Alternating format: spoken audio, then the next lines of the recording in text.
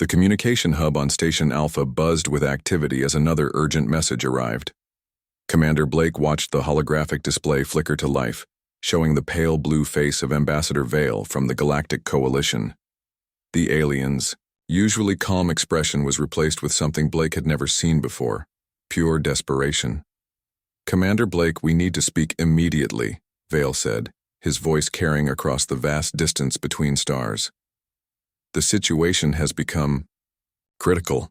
Blake straightened in his chair. In the 3 years since Earth joined the Coalition, they had received many requests for aid, but nothing in Vale's tone suggested this was routine. "Go ahead, Ambassador. What's the emergency?"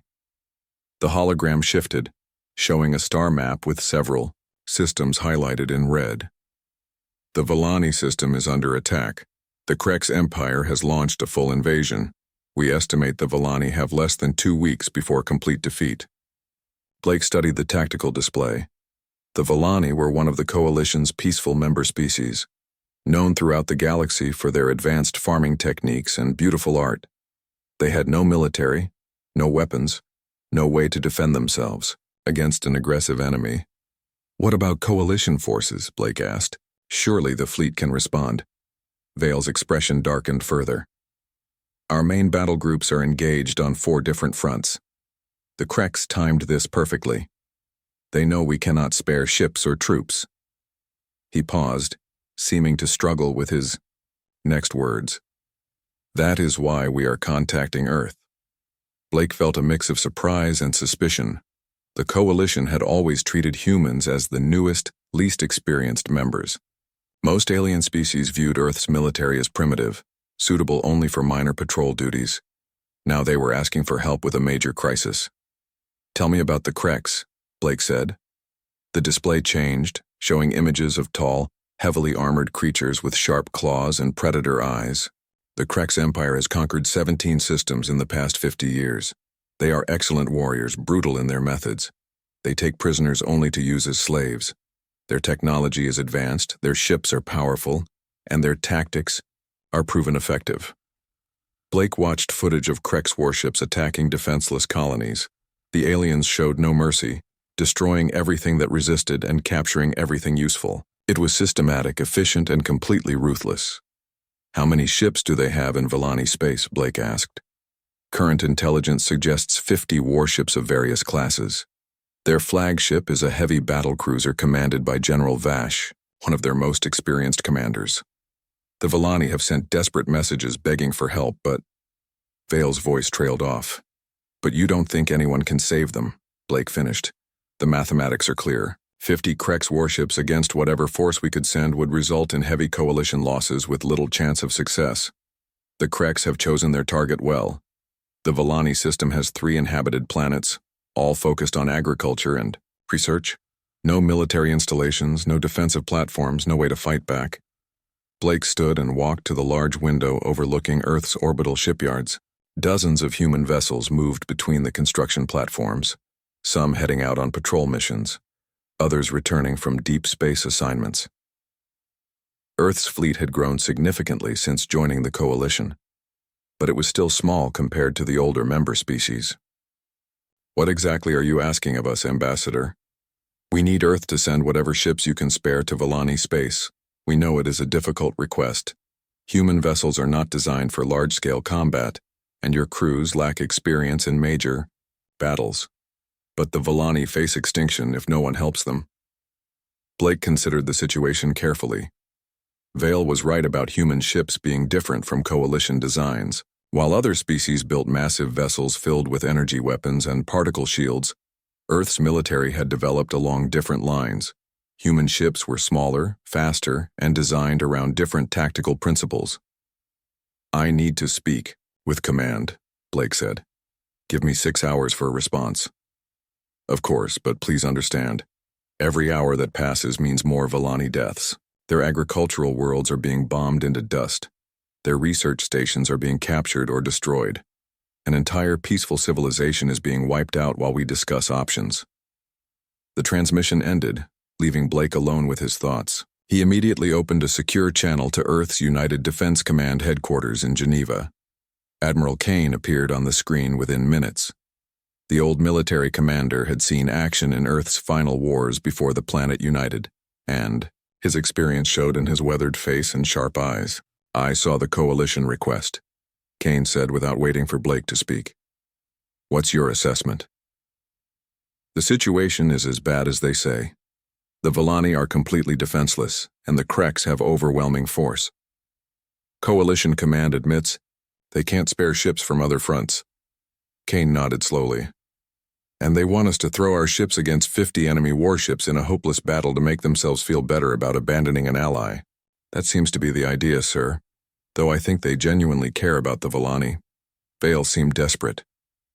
"Vale is a good man, but he's thinking like a coalition officer. Big fleets, direct battles, overwhelming force." Kane leaned back in his chair. "That's not how we do things." Blake waited. Kane had something in mind. His expression showed the same look he got when planning complex operations. "Send a message to Vale," Kane said finally.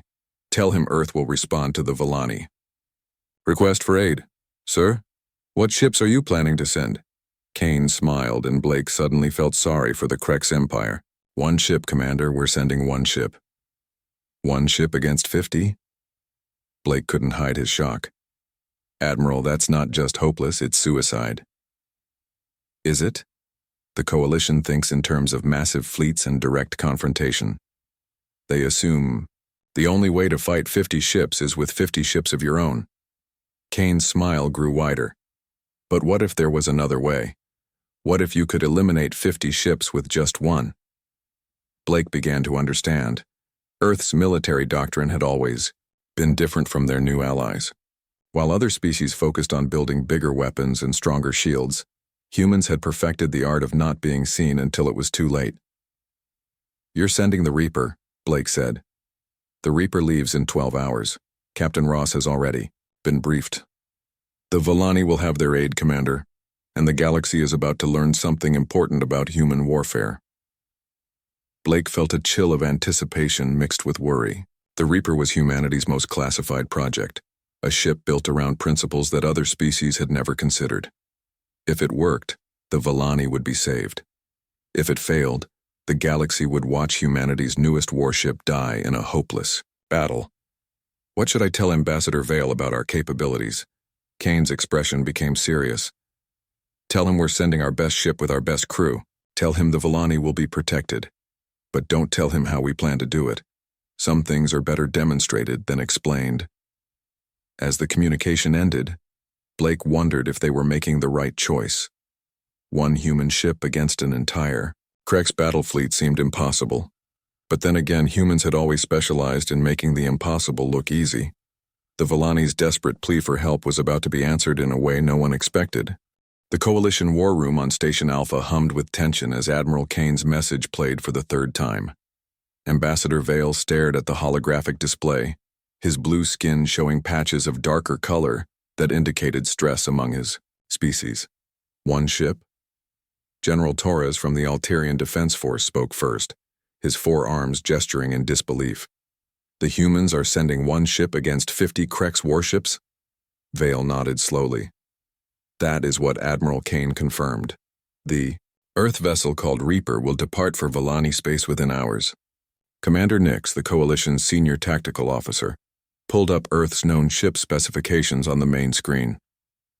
"According to our records, human vessels are small compared to standard Coalition designs. Their largest ships carry maybe 40 crew members. How can one small ship make any difference?"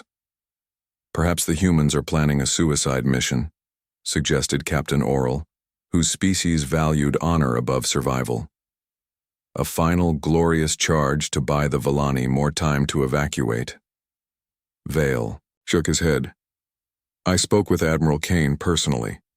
He seemed confident, not desperate. He specifically said the Vani would be protected, not just avenged." General Torres laughed, a harsh sound that echoed through the chamber. "Protected? 50 Krex warships versus one small human vessel? The mathematics are clear. This Kane is either insane or lying." Meanwhile, 3 systems away, Captain Ross walked through the corridors of the UES Reaper for what might be his final inspection. The ship looked nothing like the massive Coalition cruisers with their bright hulls and decorative designs. The Reaper was angular, dark, and seemed to absorb light rather than reflect it. "Final systems check, Lieutenant Park," Ross said to his tactical officer. Park looked up from her console, her young face serious. "All stealth systems operational, Captain. Quantum field generators at full capacity. Weapon systems armed and ready." Ross nodded and continued to the engine room, where Chief Engineer Murphy was making last-minute adjustments to the ship's most important system. "How's our ghost protocol, Chief?" Murphy grinned, his hands covered in grease from the advanced machinery. "Better than ever, Captain. We can stay invisible for weeks if needed. The new quantum processors are running perfectly. And the weapons? The plasma railguns are calibrated for maximum penetration. Quantum torpedoes are loaded and ready. If we can get close enough, we can punch through any armor the Krex have." Ross walked to the bridge where his crew of 30 specialists waited. Each person had been chosen for their expertise in stealth operations, precision targeting, and silent running. They were not the largest crew in Earth's fleet, but they were the deadliest. "Listen up," Ross announced. "In 6 hours, we'll drop out of hyperspace at the edge of Vani system. Intelligence reports 50 Krex ships maintaining a blockade around the inhabited planets. Our job is simple: eliminate the threat and save the Vani." Navigator Chen raised her hand. "Captain, how do we engage 50 ships with favorable odds?" Rossi smiled the same cold smile that Admiral Kane had shown earlier. "We don't engage 50 ships, Chen. We engage one ship 50 times." The crew exchanged glances. They had trained for this type of mission, but never against such overwhelming numbers. Still, they trusted their captain and their ship. The Reaper had never failed a mission. Back on Station Alpha, Ambassador Vale received another desperate transmission from Vani Prime. The image showed Dr. Keela, the Vani's senior scientist, speaking from what appeared to be an underground shelter. "Ambassador Vale, the situation grows worse by the hour. The Krex have destroyed our orbital farms and are beginning surface bombardment of our cities. Our population centers are defenseless. We have perhaps 10 days before our people face complete extinction." Vale's translator could barely convey the emotion in Dr. Keela's voice. The Vani were a gentle species, never having developed weapons or military tactics. They had joined the coalition believing that their peaceful nature and valuable agricultural knowledge would protect them. Now they were paying the price for their trust. "Dr. Keela, help is coming. Earth has dispatched a warship to your system." "One ship?" Dr. Keela's hope visibly dimmed. "Ambassador, our sensors show 50 Krex vessels in our system. How can one ship help us?" Vale wished he had a better answer. "The humans are different in their approach to warfare. We must trust their judgment." After the transmission ended, Vale contacted Coalition Command on the core worlds. Fleet Admiral Zorn appeared on screen, his reptilian features showing frustration. "Vale, I've reviewed the human response to your request. Sending one ship is either the bravest or most foolish decision I've witnessed in 40 years of military service. What if they have some new technology we don't know about?" Vale suggested. "Impossible. Coalition observers have inspected human shipyards. Their vessels are small, lightly armed compared to our standards. They focus on speed and maneuverability, rather than heavy weapons or strong shields." Admiral Zorn pulled up a tactical display showing the Vani system. "The Krex have positioned their fleet perfectly. Their flagship, the Dominator, sits at the center of a defensive formation. General Vash is an experienced commander who has never lost a battle. Even if the humans had 10 ships, victory would be unlikely." Vale studied the enemy formation. The Krex ships formed overlapping fields of fire around each inhabited planet. Any attacking force would face the combined firepower of the entire fleet from multiple directions. "Perhaps we should send what ships we can spare," Vale suggested. "Even a small coalition force might make the difference." "And lose precious vessels in a hopeless battle?" "Vale, I understand your concern for the Vani, but military logic must prevail. The human ship will likely be destroyed within minutes of entering the system. We cannot compound that tragedy by sending more ships to die uselessly.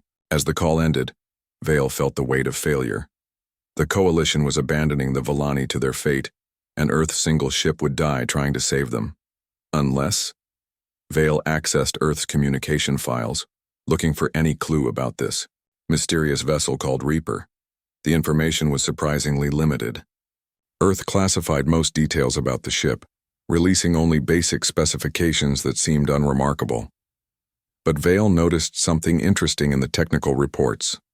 Earth's ships used different design principles than Coalition vessels. Where other species built ships to fight in the open, human design seemed focused on avoiding detection. Their weapons were built for precision rather than raw power. Their engines were designed for silence rather than speed. Vale had fought in several wars before joining the diplomatic corps. He recognized the signs of a species that had learned warfare through necessity rather than tradition. Earth's military had developed differently because Earth itself had been different, a world where survival often depended on not being seen by your enemies. Maybe Admiral Kane was not insane after all. Maybe he understood something about warfare that the Coalition had forgotten in their centuries of traditional fleet battles. As the Reaper jumped to hyperspace, beginning its journey to Vani system, Vale sent a message to Dr. Keela with new hope in his voice. "Doctor, hold your position and keep your people safe.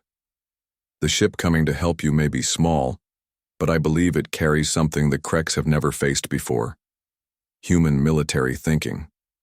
The next few days would prove whether Vale's faith was justified or whether the galaxy was about to witness humanity's most tragic failure.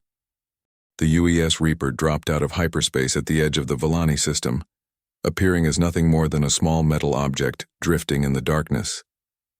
Captain Ross studied the tactical display showing 50 red dots arranged around 3 blue planets, the Krex fleet maintaining their blockade of the Vani worlds. "Passive sensors only," Ross ordered quietly.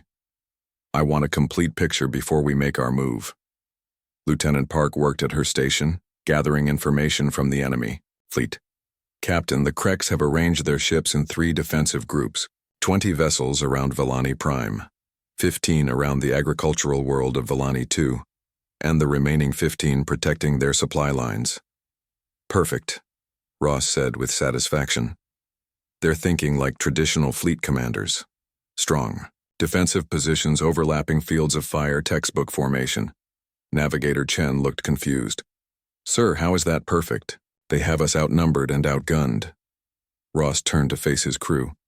"Because they're fighting the last war, not this one. They expect us to charge in with guns blazing, trying to break their formation with superior firepower. They have no idea what they're really facing." On the Krex flagship Dominator, General Vash received reports from his sensor operators. The large alien commander stood over 8 feet tall, his armor decorated with symbols representing his many victories. His red eyes glowed with predatory satisfaction as he reviewed the tactical situation. "General, our outer sensors detect a small vessel at the system's edge," reported his tactical officer, Major Kren. "It appears to be disabled or powered down." Vash studied the sensor reading with mild interest. "Human design?" "Yes, General. Much smaller than expected Coalition specifications. It matches the profile of vessels we've observed in their patrol fleets." "One ship?" Vash laughed, a harsh sound that echoed through the bridge. "The Great Coalition sends one tiny vessel to save the Vani. This is either an insult or a joke." Major Kren hesitated. "Should we investigate, General? Why waste ammunition on a crippled ship? Let it drift. We have more important targets." Vash gestured toward the planet below, where Krex bombers were systematically destroying Vani cities. "Continue the bombardment. I want this system conquered within the week." What the Krex didn't realize was that the disabled human ship was anything but helpless. The Reaper's advanced sensors were mapping every enemy vessel, recording their positions, weapon systems, crew complements, and defensive capabilities. "Sensor sweep complete," Park reported. "I have detailed profiles on all 50 ships. Their flagship appears to be a heavy battlecruiser with enhanced armor and weapons. The smaller vessels are standard Krex destroyers and frigates." "Excellent. Chief Murphy, how are our stealth systems? Murphy's voice came through the comm from engineering. All systems green, Captain. We're running completely silent.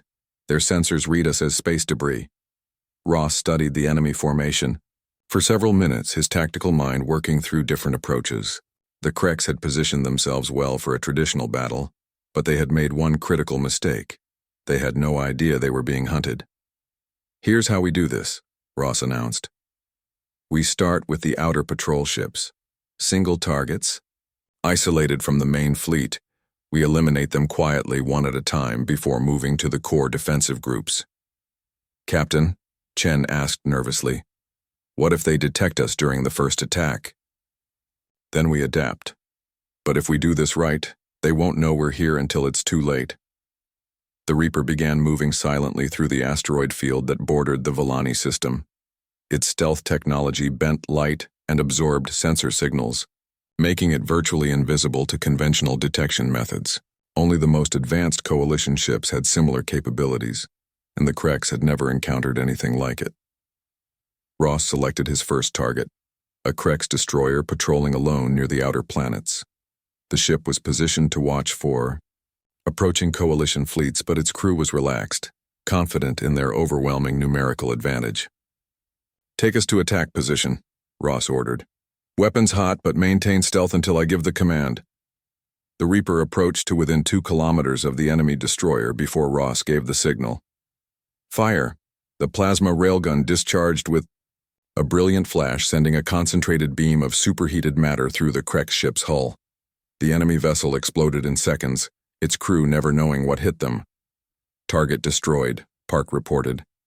No distress signal transmitted. Good. Next target. The second Krex ship met the same fate 20 minutes later.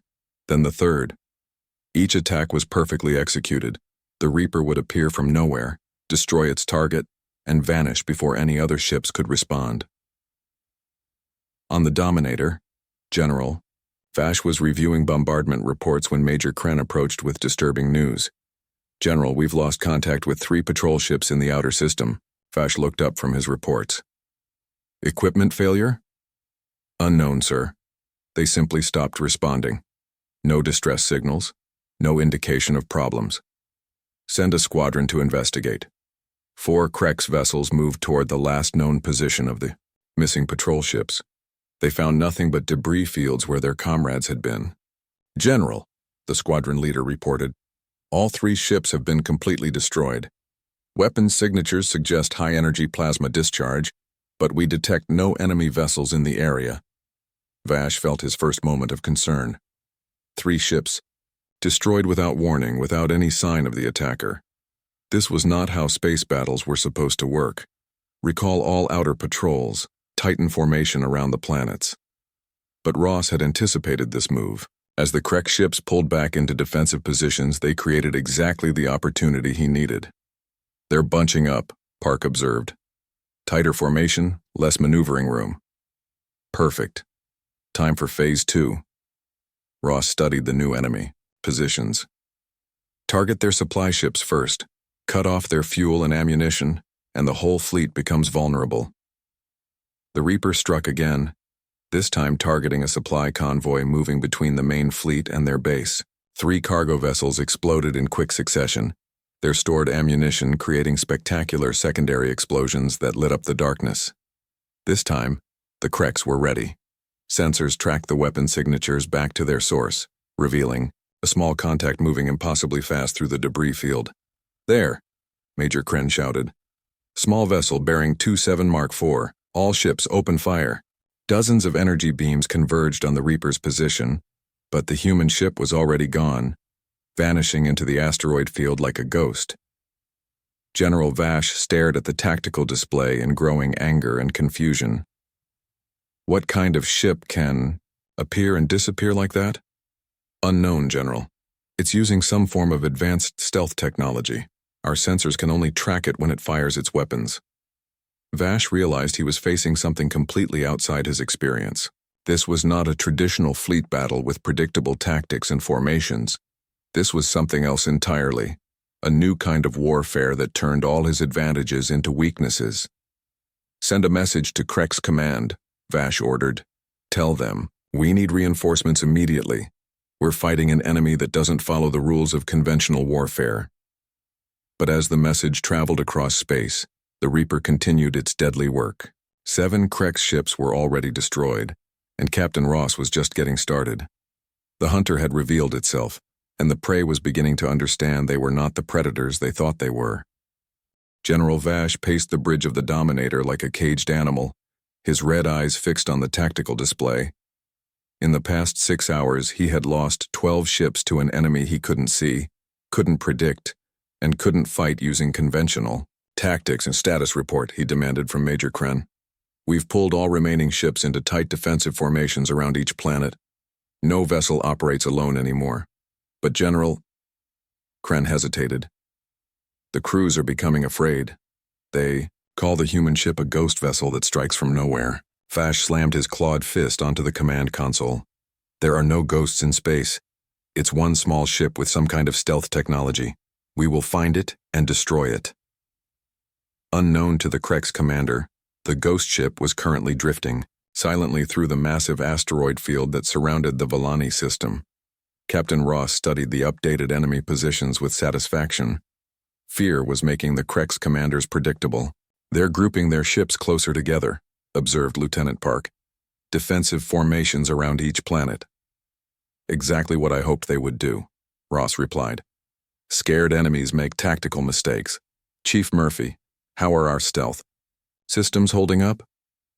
Running at 95% efficiency, Captain. We can stay hidden for days if needed.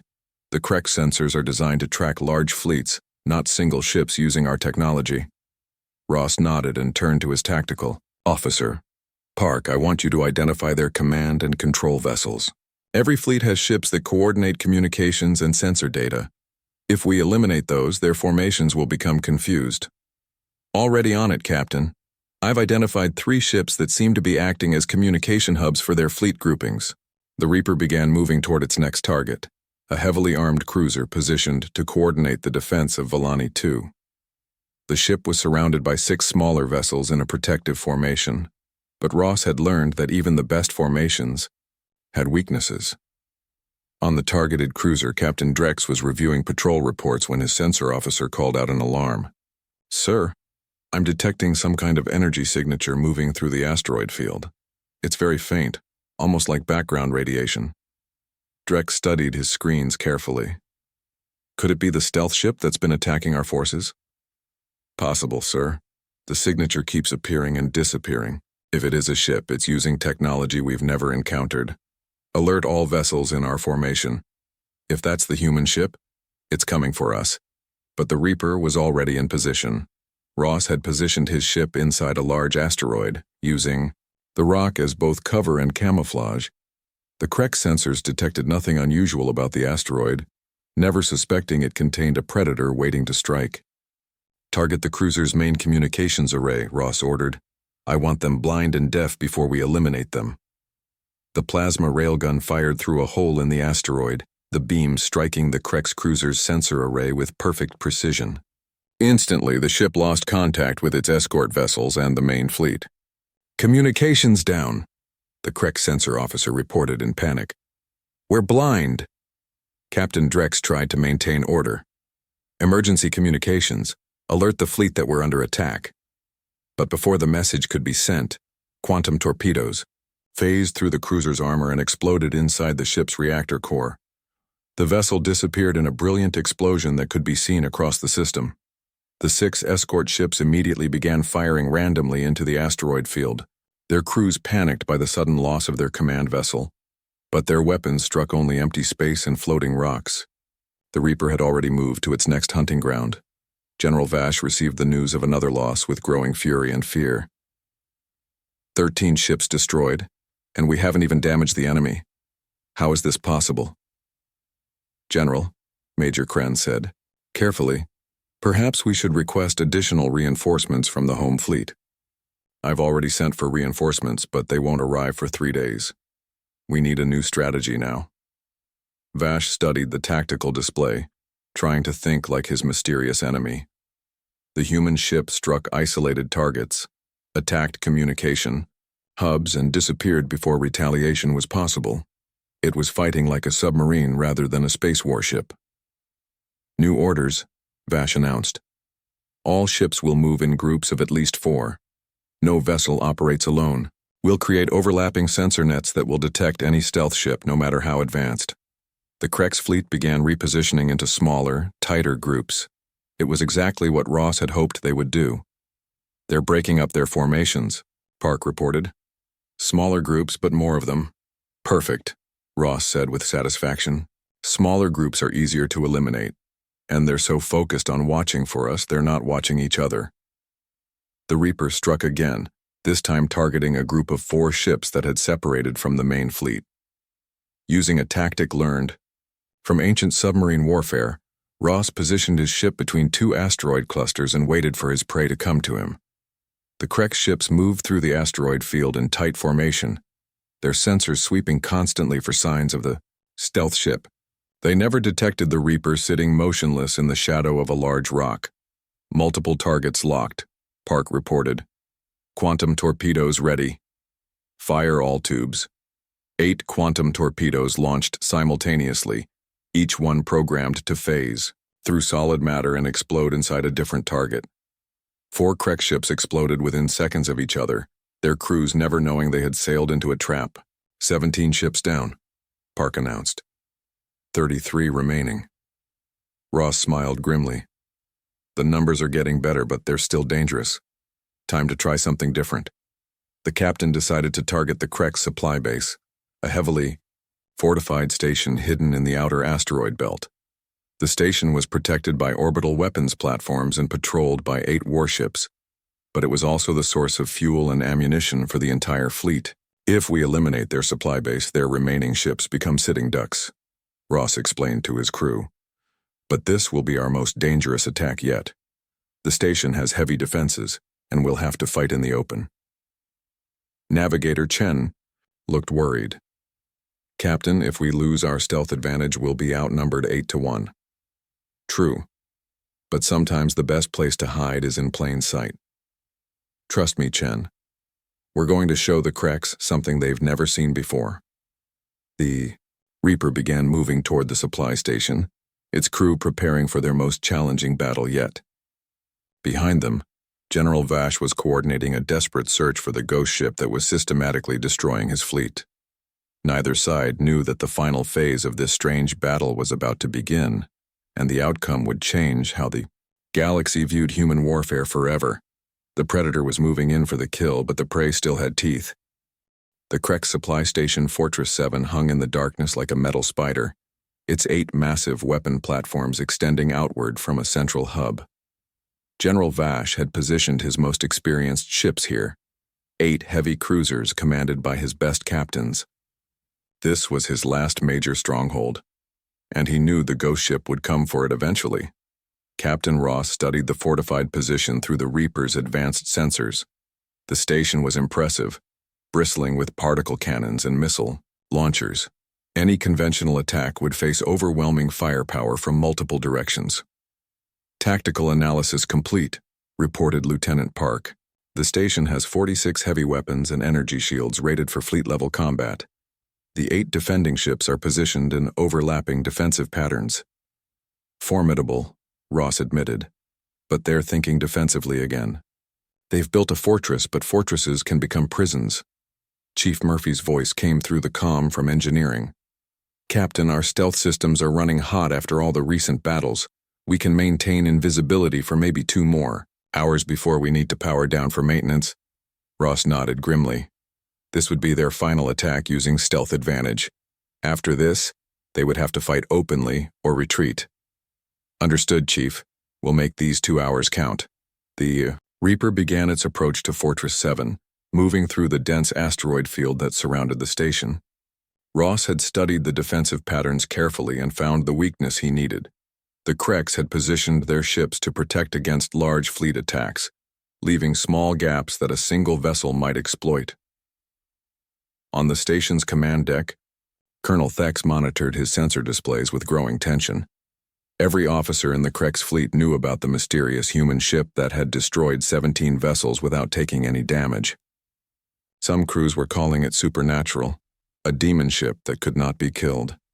"Sir, our perimeter sensors are detecting unusual energy fluctuations in Sector 7, reported his sensor operator. "Investigate immediately. Send 2 ships to sweep that area."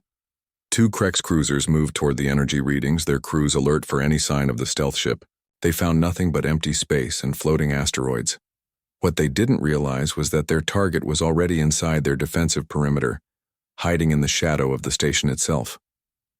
Ross had positioned the Reaper directly beneath Fortress 7, using the station's own bulk to block sensor detection.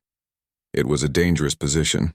If discovered, they would face the full firepower of 8 ships plus the station's weapons. But it was also the perfect position for a surprise attack. "Target the station's main reactor core," Ross ordered. "I want maximum damage with our first shot." "Captain," Navigator Chen said nervously, "if we attack the station, we'll be exposed to return fire from all 8 ships. Our shields won't hold against that much firepower." Ross smiled with cold confidence. "Chen, you're thinking like a coalition officer. Watch and learn how humans fight when the odds are impossible." The plasma railgun fired directly upward through the station's hull, the superheated beam punching through armor and striking the main reactor. Massive explosions ripped through Fortress 7 as secondary systems overloaded and ammunition stores detonated. "Station hit," Park reported. "Major damage to their reactor core." But Ross wasn't finished. As the Krex ships turned to attack his position, he fired quantum torpedoes at the nearest cruiser while simultaneously launching the Reaper away from the station at maximum acceleration. The Krex return fire struck empty space where the human ship had been moments before. But instead of disappearing like before, the Reaper remained visible, its stealth systems finally overloaded by the intense combat. "There it is," Colonel Thex shouted from the damaged station. "All ships, concentrate fire on that vessel." 8 Krex cruisers opened fire simultaneously, filling space with deadly energy beams and missile salvos. But something strange happened. Instead of trying to dodge or retreat, the human ship flew directly into the storm of weapons fire. "What are they doing?" demanded Captain Vorth from the lead Krex ship. "They're flying straight into our weapons." The answer became clear within seconds. The Reaper's hull began adapting to each weapon that struck it. Energy beams that should have penetrated the armor were absorbed and redirected. Missiles that should have caused massive damage barely scratched. The surface? Impossible. Colonel Thex stared at his tactical display. "Their armor is becoming stronger with each hit." Chief Murphy's voice echoed through the Reaper's bridge as he monitored the adaptive armor systems. "Reactive plating is working perfectly, Captain. Each weapon strike teaches our armor how to defend against the next one." Ross had saved this secret for the final battle. The Reaper's experimental adaptive armor was humanity's answer to superior alien firepower. Instead of building thicker armor, human engineers had created armor that learned from damage and became stronger against repeated attacks. "All weapons, focus fire on their flagship," Ross ordered. "Time to end this." The Reaper charged directly at the largest Krex cruiser, its weapons firing continuously.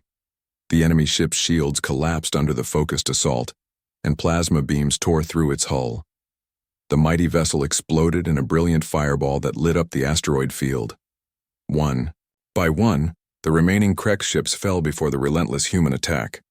Their weapons became less effective with each shot, while the Reaper's adaptive armor made it nearly invulnerable. What had started as 8-to-1 odds quickly became a one-sided massacre. General Vash watched the destruction of his supply base. From the bridge of the Dominator, his red eyes wide with disbelief.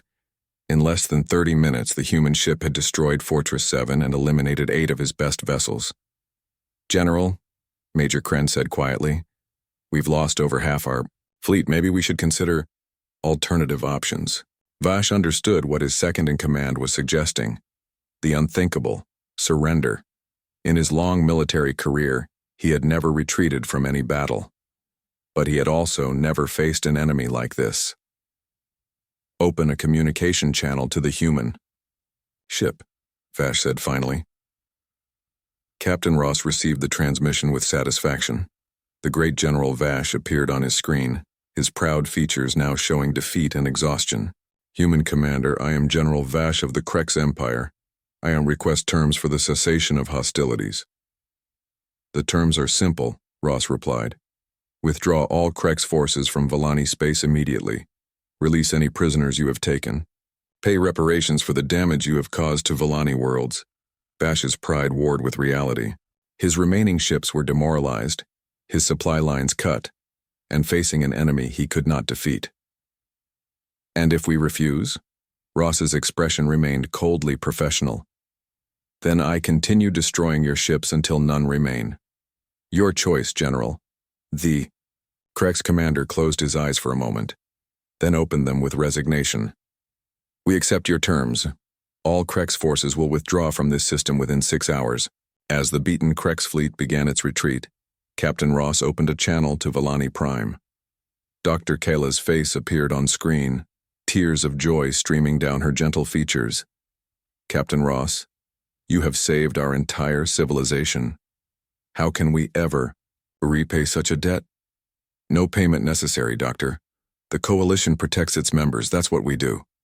But across the galaxy, the news of one human ship defeating an entire Krex fleet was spreading like wildfire. On dozens of worlds, alien governments were quietly abandoning their aggressive expansion plans. Applications for Coalition membership from previously hostile species began flooding diplomatic channels. The balance of power in the galaxy had shifted, not through massive fleets or overwhelming force, but through one ship proving that humanity approached warfare with terrifying intelligence and innovation. Admiral Kane received Ross's final report with quiet satisfaction. The Vani were safe, the Krex Empire had learned respect for Coalition territory, and the galaxy now understood that Earth's small fleet was far more dangerous than anyone had imagined. The age of human military reputation had begun with a single word that would echo across the stars: Reaper.